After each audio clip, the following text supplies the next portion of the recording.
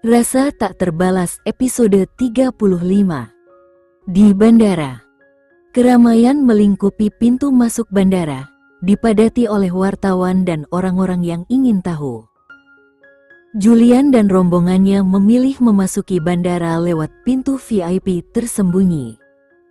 Selamat datang, Tuan Julian. Kami senang Anda tiba, sambut seorang manajer dengan penuh penghormatan. Julian mengangguk singkat. Ketika sang manajer menyadari dua sosok berpengaruh di belakang Julian, matanya terbelalak kaget. Sambil menunduk hormat, ia berkata, "Tuan Niko, Tuan Bima, maafkan saya tidak menyadari kehadiran Anda." Bima dan Niko hanya membalas dengan anggukan singkat. "Saya ingin tahu apakah Yuda menaiki pesawat tersebut atau tidak," ujar Julian tegas. "Baik, Tuan. Mohon ikuti saya," jawab manajer dengan cepat. Di meja pengecekan, Julian mengetukkan jarinya di atas meja dengan gelisah sementara sang manajer teliti memeriksa detail yang ada. "Kenapa lama sekali?" gumam Niko tak sabar. Bima menghela napas, "Aku juga tidak tahu." "Bagaimana keadaan Jenny sekarang, Julian?" Hati Julian tersentak saat nama istrinya, Jenny, disebut. Bayangan wajah Jenny yang menangis di pelukannya melintas di benaknya, menambah berat perasaannya.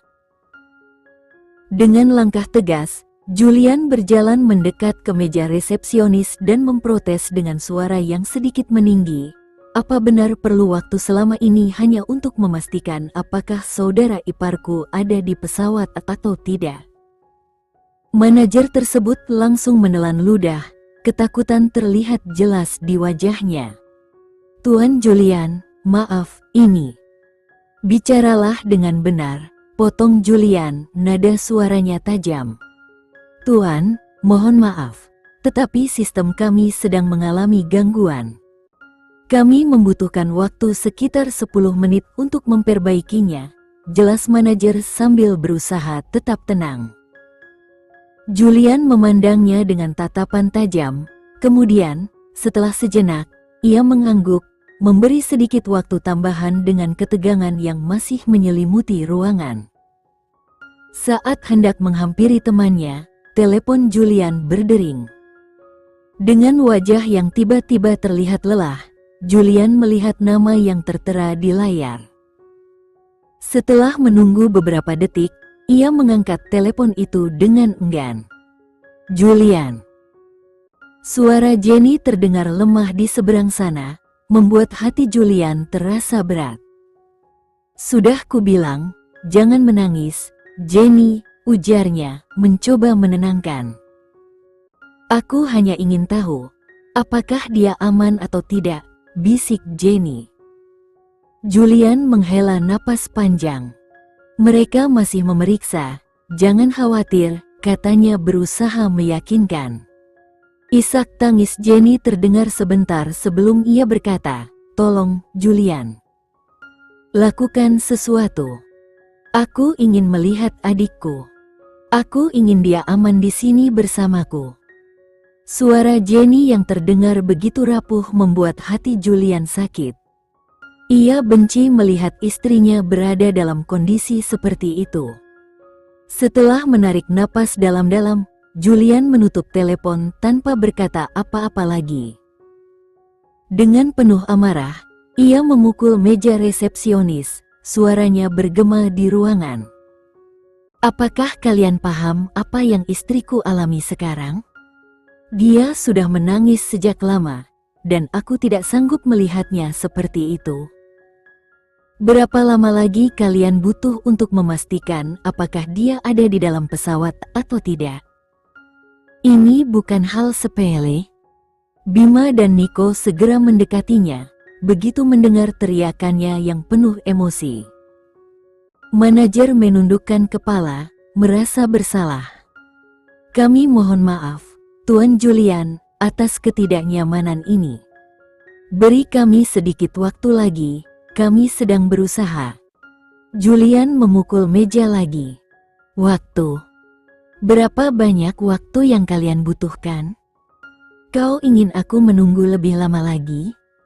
Manajer tampak ketakutan, berkeringat, dan melemparkan pandangan penuh arti pada Nico.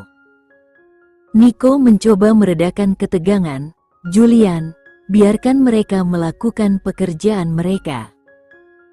Dengan begini, kau hanya mengganggu mereka.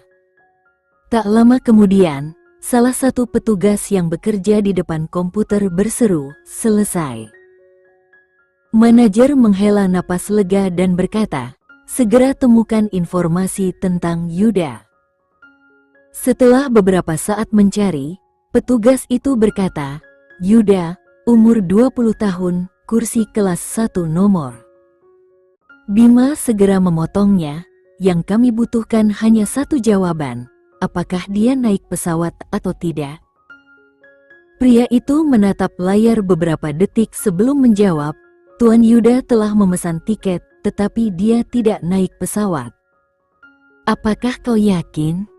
tanya Julian, masih tak tenang. Pria itu menganggukkan kepala dengan mantap, "Ya, Tuan.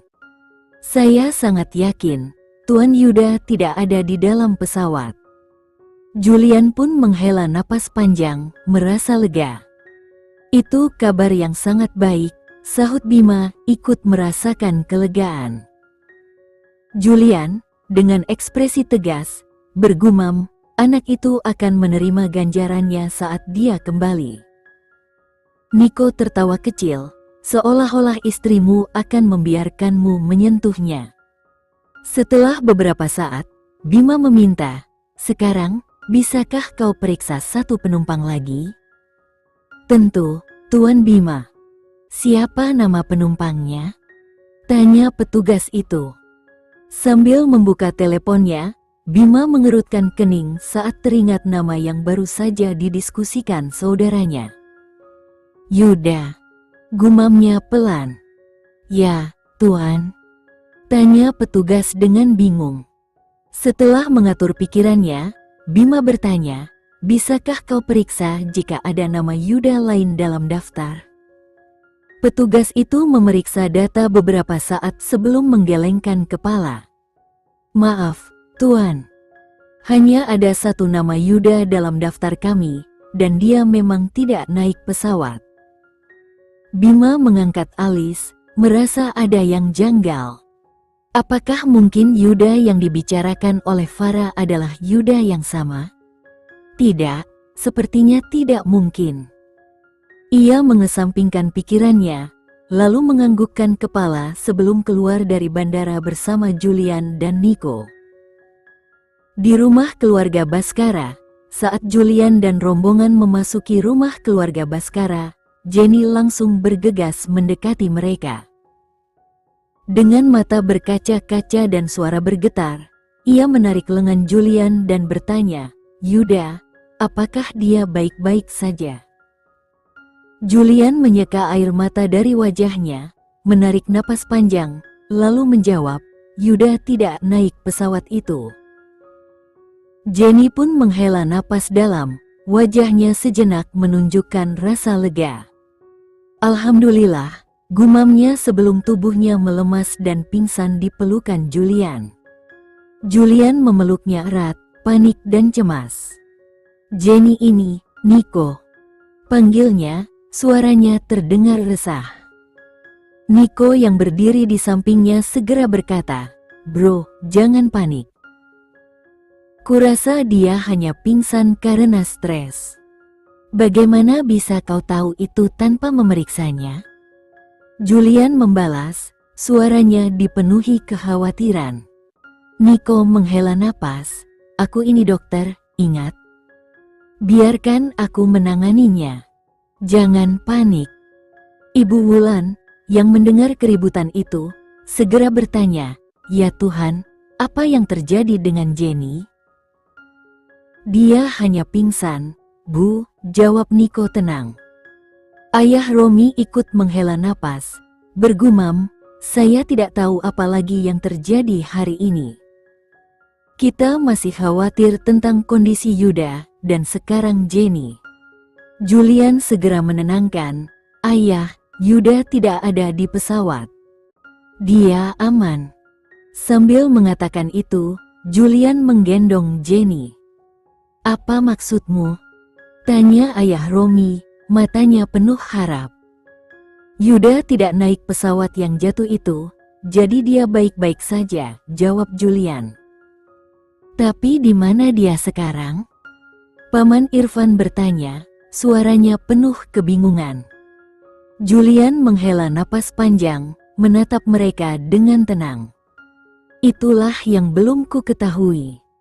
Aku akan mencari tahu keberadaannya segera setelah Jenny siuman." "Baiklah, sekarang Yuda sudah dipastikan aman, kita bisa sedikit tenang," kata Ibu Wulan sambil memberi isyarat pada Julian untuk mengurus Jenny yang masih pingsan. Julian mengangguk, lalu bersiap membawa Jenny ke atas. Sebelum pergi, ia melirik Nico dengan pandangan penuh maksud. Nico, yang menangkap isyarat itu, hanya memutar matanya dan berkata, "Baiklah, baiklah, aku ikut. Jangan menatapku seperti itu." Setelah menempatkan Jenny dengan hati-hati di atas tempat tidur, Julian menutupinya dengan selimut, berusaha membuatnya nyaman. "Sekarang, minggir dan biarkan aku memeriksanya," kata Nico, mendekat. Setelah memeriksa kondisi Jenny, Nico berkata, "Dia baik-baik saja. Hanya kelelahan dan stres." "Apakah kamu benar-benar yakin?" tanya Julian, masih khawatir. Nico hanya mendesah dan memutar matanya. "Ya, dia baik-baik saja, percayalah." "Apakah kita perlu membawanya ke rumah sakit?" tanya Julian lagi. Nico tersenyum tipis, menahan tawa. "Julian, kau ini sudah jadi gila. Lebih baik kau yang pergi memeriksakan diri ke rumah sakit. Dia hanya butuh istirahat." Julian tetap bersikeras. "Panggil Alisa atau Vina dari bawah untuk membantu berjaga." Nico mendesah berat. "Aku ini temanmu, bukan pelayan, kau tahu?" Julian hanya menatap Nico tajam. "Sudahlah, cepat panggil salah satu dari mereka." Nico menggeleng sambil bergumam, Julian yang selalu mendominasi. Meskipun menggerutu, Nico akhirnya keluar dari kamar untuk memanggil salah satu dari mereka. Sementara Julian tetap berada di sisi Jenny, memastikan ia beristirahat dengan nyaman. Di lantai bawah, ketika Nico turun, ia mendapati Alisa berdiri di dekat tangga, sementara Vina sedang memberi makan Valden di dekatnya. Dengan sedikit dehem, Nico mendekati Alisa. Alisa," panggilnya pelan. Mendengar nada suara dan panggilan akrab yang familiar, Alisa menoleh dengan senyum tipis. "Julian ingin kau naik ke atas," ucap Nico singkat sebelum berjalan melewatinya. Alisa tersenyum dan mulai menaiki tangga menuju kamar Julian. Di kamar Julian saat masuk ke kamar, Alisa berkata, "Julian, kau memanggilku?" Julian menganggukkan kepala dan berkata, "Iya. Bisakah kau menemani Jenny sebentar?" Alisa tersenyum, mengangguk, dan berkata, "Tentu saja, Julian." Julian menarik napas dalam-dalam, lalu berkata dengan nada cemas, "Kalau ada apa-apa, langsung hubungi aku, ya. Bahkan jika dia hanya bergerak sedikit, panggil aku." Alisa menenangkan, "Dia akan baik-baik saja, Julian. Jangan terlalu cemas. Pergilah, aku akan memastikan dia aman." Setelah menatap Jenny dengan penuh kasih, Julian akhirnya meninggalkan kamar dengan enggan, merasa sedikit lebih tenang dengan kehadiran Alisa di sana. Di ruang tamu, "Ayo, Romi, kita makan malam bersama," ujar Ibu Wulan dengan lembut, mencoba mengajak besannya. Romi menghela napas panjang. Aku tidak ada selera, Wulan, katanya pelan. Ibu Wulan mengernyit, namun tetap mencoba bersikap tegas. Sudahlah, berhenti mencemaskan sesuatu yang tidak perlu. Kita sudah tahu Yuda tidak ada di pesawat itu. Artinya, dia aman. Dimanapun dia sekarang, dia baik-baik saja. Sekarang, bangunlah dan makanlah sesuatu. Paman Irfan menambahkan, sambil mengangguk setuju, benar sekali, Nyonya Wulan benar. Tidak ada yang perlu dikhawatirkan lagi. Julian, yang baru saja masuk, mendekati mereka. Ayah, katanya dengan lembut. Romi berdiri dan menatapnya. Bagaimana kabar Jenny? Tanyanya penuh kekhawatiran. Julian tersenyum untuk menenangkan ayahnya. Jenny baik-baik saja, ayah. Tapi kenapa ayah tidak makan apa-apa sejak tadi? Romi tampak ragu, namun sebelum ia sempat menjawab, Julian melanjutkan, dengarkan aku, ayah. Yuda tidak naik pesawat itu, dan itu artinya dia aman. Mungkin ada sesuatu yang membuat rencana berubah di menit-menit terakhir. Ayah tidak perlu khawatir. Yakinlah, dia akan segera menghubungi kita begitu bisa. Romi menghela napas dan berkata pelan, aku hanya berharap dia benar-benar baik-baik saja. Julian menepuk bahu ayahnya dengan penuh kasih. Percayalah padaku, ayah. Yuda baik-baik saja. Sekarang, ayo kita makan bersama, ya? Akhirnya, Romi mengangguk, membiarkan dirinya ditenangkan oleh kata-kata putranya. Di ruang makan, Ibu Wulan bertanya pada Julian, Julian, kenapa kamu belum makan? Ibu Wulan memperhatikan Julian yang terlihat tak berniat menyentuh makanannya. Julian menggaruk dahinya sedikit gugup. Aku akan makan nanti, Bu. Sambil mengunyah pangsit, Bima tersenyum jahil. Bu, tidakkah ibu perhatikan? Tuan suami yang baru ini sedang menunggu makan malam romantis dengan istri barunya. Niko tak bisa menahan tawa kecil. Jangan terlalu berharap, bro. Sepertinya dia tidak akan bangun dalam waktu dekat. Mendingan kamu makan dulu.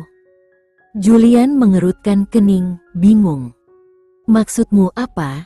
Dia tidak akan segera bangun? Bukankah tadi kamu bilang dia baik-baik saja? Niko memutar matanya. Iya, dia memang baik-baik saja. Tapi maksudku, kita nggak tahu kapan dia akan bangun. Jadi lebih baik kamu makan dulu. Aku nggak masalah menunggu, jawab Julian dengan tenang. Ibu Wulan tersenyum penuh pengertian. Baiklah, anak-anak, hentikan godaan kalian. Jika Julian ingin menunggu istrinya, biarkan saja dia menunggu. Setelah makan malam selesai, ayah Romi dan Paman Irfan mulai bersiap-siap untuk pulang. Ayah, biar sopir yang mengantarkan ayah pulang, kata Julian, khawatir. Bima menepuk bahu Julian. Tenang, Julian. Aku yang akan mengantar Paman Romi dan Irfan pulang. Jangan khawatir. Niko tiba-tiba ikut bicara, melangkah maju. Bima, antar aku juga, aku. Namun sebelum Niko bisa melanjutkan, Julian memegang lengannya. Mau kemana kamu? Kamu harus menginap di sini malam ini. Niko mengernyitkan dahi. Kenapa harus begitu? Julian menatapnya serius. Karena aku tidak mau mengambil risiko. Kalau saja Jenny memerlukan sesuatu darimu, aku ingin kamu ada di sini. Niko mendesah, mengangkat bahu.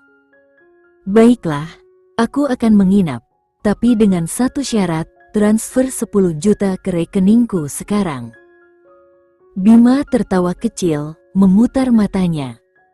Kamu ini, Niko, minta 10 juta dari sahabat sendiri. Masa segitu aja? Aku nggak menyangka ini darimu. Niko membalas dengan senyuman nakal. Kamu benar juga. Harusnya aku meminta lebih. Aku seharusnya. Namun, kata-katanya terhenti saat melihat Alisa berjalan turun dari tangga. Niko berdeham dan mengalihkan pandangan, mencoba menyembunyikan kegugupannya. Baiklah, jangan bercanda lagi. Aku akan tetap tinggal di sini malam ini. Bima menatapnya dengan heran, lalu berkata, kau mulai tidak asyik, Niko. Setelah berkata demikian, Bima beranjak pergi bersama ayah Romi dan paman Irfan. Saat melihat Alisa, Julian segera bertanya, bagaimana dengan Jenny? Vina bersamanya, jawab Alisa dengan tenang. Julian mengangguk.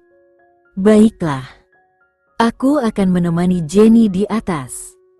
Tanpa membuang waktu, Julian segera bergegas menuju kamar atas, meninggalkan mereka. Alisa tersenyum melihat bayangan Julian yang menghilang di balik lorong. Niko memperhatikan senyumnya dan bertanya, kenapa kamu tertawa? Alisa terkekeh kecil. Menurutmu, apakah Julian yang dulu kita kenal benar-benar berubah seperti ini?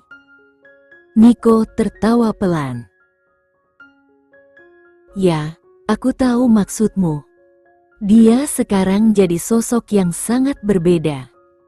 Jenny memang sangat beruntung memiliki suami seperti Julian yang mencintainya dengan tulus, kata Alisa, suaranya lembut. Niko mengernyit. Apakah suamimu tak mencintaimu? Kata-kata itu membuat Alisa terdiam sejenak. Tak tahu harus menjawab bagaimana, dia hanya mengangguk dan mencoba melangkah menuju dapur. Namun Niko dengan cepat menahan tangannya. Tunggu sebentar, katanya lembut. Ada apa? Alisa berusaha bersikap tenang. Niko tampak ragu sesaat, sebelum bertanya, apakah suamimu benar-benar memperlakukanmu dengan baik? Alisa tersenyum kecil. Bukankah setiap suami seharusnya baik pada istrinya? Niko menatapnya tajam, seolah membaca setiap kata yang tak terucapkan. Dengan nada sedikit menyindir, dia berkata, "Oh, maaf kalau pertanyaanku tak berguna. Tentu dia harus baik, kan? Kalau tidak, mengapa kau memilih dia daripada aku? Mengapa kau tinggalkan hubungan kita demi menikah dengannya?" Ucapan Niko menyisakan perih di hati Alisa, seakan luka lama kembali terbuka tanpa bisa ia sembunyikan. 8 tahun yang lalu, mungkin Alisa sudah tak mampu menahan air matanya di hadapan Niko. Namun, setelah melewati waktu panjang hidup sendirian di negeri asing, di antara orang-orang baru dan segala kesulitan yang tak terbayangkan, Alisa belajar cara untuk bertahan dengan tegar. Dia menepis tangan Niko dan bergegas menuju dapur, meninggalkan pria itu dengan perasaan tersinggung. Niko hanya tersenyum sinis sambil merebahkan diri di sofa, memandangi punggung Alisa yang menjauh. Rumah keluarga Arkatama, saat Bima memasuki rumah besarnya, pandangannya jatuh pada sosok Farah yang tertidur meringkuk seperti bola di sofa. Bima tersenyum tipis, lalu perlahan menggendong adiknya menuju kamarnya. Dalam perjalanan, Farah terbangun perlahan dan bergumam, "Kak Yuda." Bima mengernyitkan dahi dan berkata dengan nada bercanda, "Kau masih mengkhawatirkan pacarmu yang sedikit konyol itu?" Ling menggelengkan kepala dengan lembut dan menjawab, "Jangan panggil dia konyol, Kak. Dia itu manis sekali." Setelah membaringkannya di tempat tidur, Bima duduk di tepi kasur dan bertanya, "Baiklah, cerita dulu. Sejak kapan kamu mulai dekat dengannya?" Namun, sebelum menjawab, Farah menatap kakaknya dengan serius. Katakan padaku, Kak, apakah dia baik-baik saja? Bima menghela napas, mencoba menenangkan adiknya. Aku tidak bisa memastikan bagaimana kondisinya sekarang, tapi yang jelas dia tidak naik pesawat itu. Kalau begitu, kemana dia pergi? Tanya Farah dengan nada cemas. Entahlah. Tapi kalau dia tidak naik pesawat, artinya dia baik-baik saja. Tidak usah terlalu khawatir, jawab Bima sambil menepuk bahunya lembut. Farah masih tampak ragu, namun kemudian Bima berkata, sekarang giliranmu cerita, sejak kapan kalian berdua dekat seperti ini? Farah menundukkan kepalanya, merasa sedikit malu. Sudah sekitar sebulan. Bima membulatkan mata, terkejut. Sebulan? Farah hanya mengangguk, tersipu, dan diam-diam berharap kakaknya tidak terlalu mengomel. Apa? Dan sekarang baru kau katakan padaku?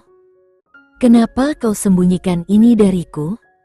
Tanya Bima, nada suaranya bercampur heran dan kesal. Farah menunduk, tampak ragu. Kupikir kau akan marah. Bima menghela napas, lalu mengerutkan dahi. Tentu saja aku akan marah, Farah. Kau masih terlalu muda untuk berpacaran.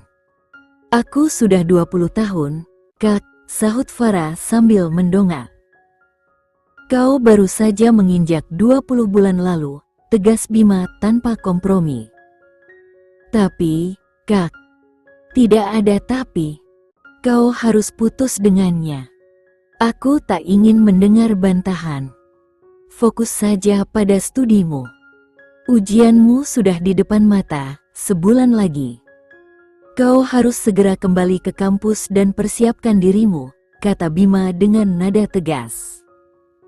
Farah menggeleng pelan, air mata mulai menggenang di matanya. Tidak, aku tidak akan putus dengannya, Kak. Bima menatapnya tajam. Jadi, kau lebih memilih pacarmu daripada mendengarkan saudaramu?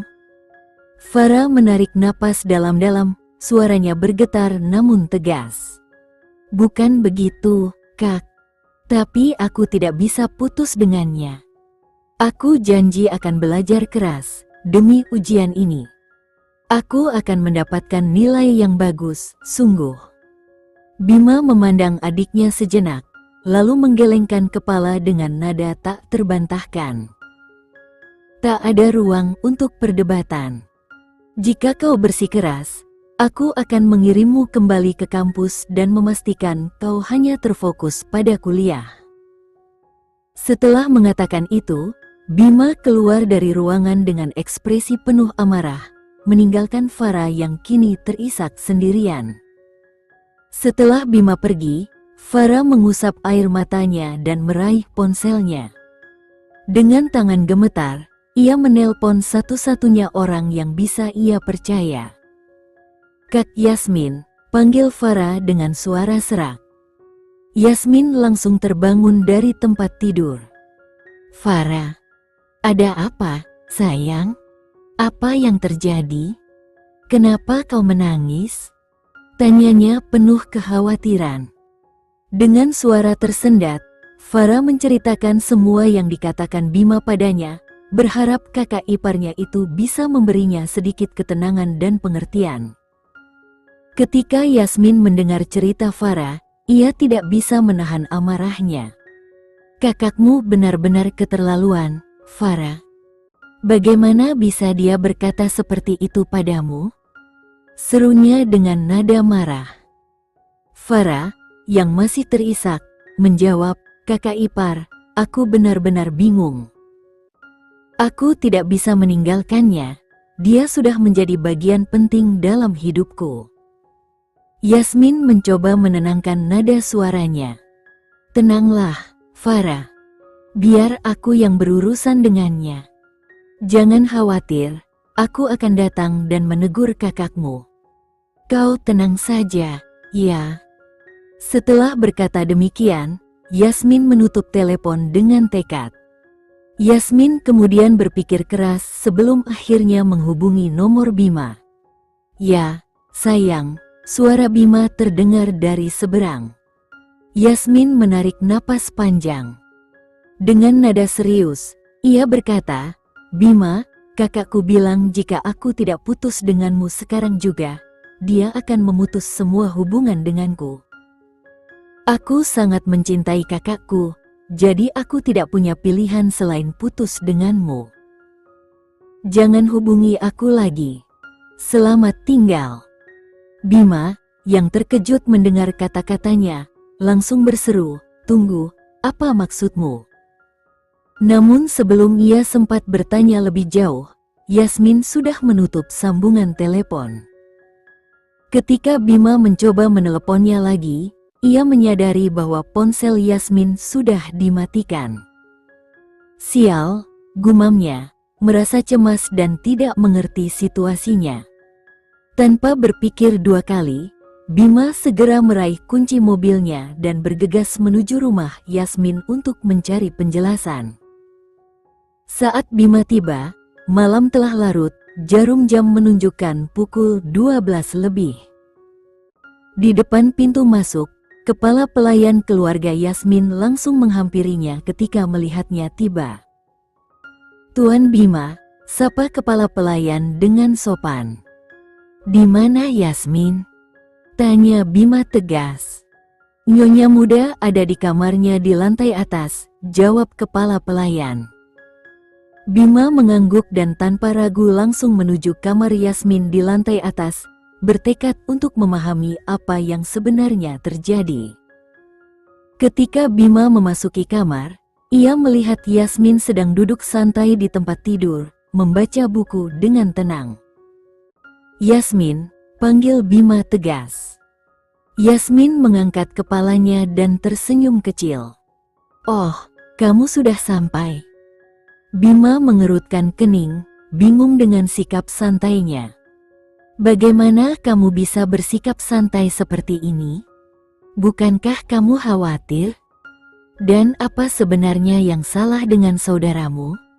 Sepertinya dia sudah kehilangan akal sehatnya." Yasmin menggelengkan kepala dan menjawab dengan tenang, "Tidak ada yang salah dengan kakakku. Dia baik-baik saja." "Baik-baik saja? Kamu menyebut ini baik-baik saja? Dia mencoba merusak hubungan kalian yang sehat hanya karena kekuasaan yang dia miliki sebagai saudara. Ini tidak benar, dan aku tidak akan membiarkan ini terjadi," seru Bima dengan nada penuh emosi.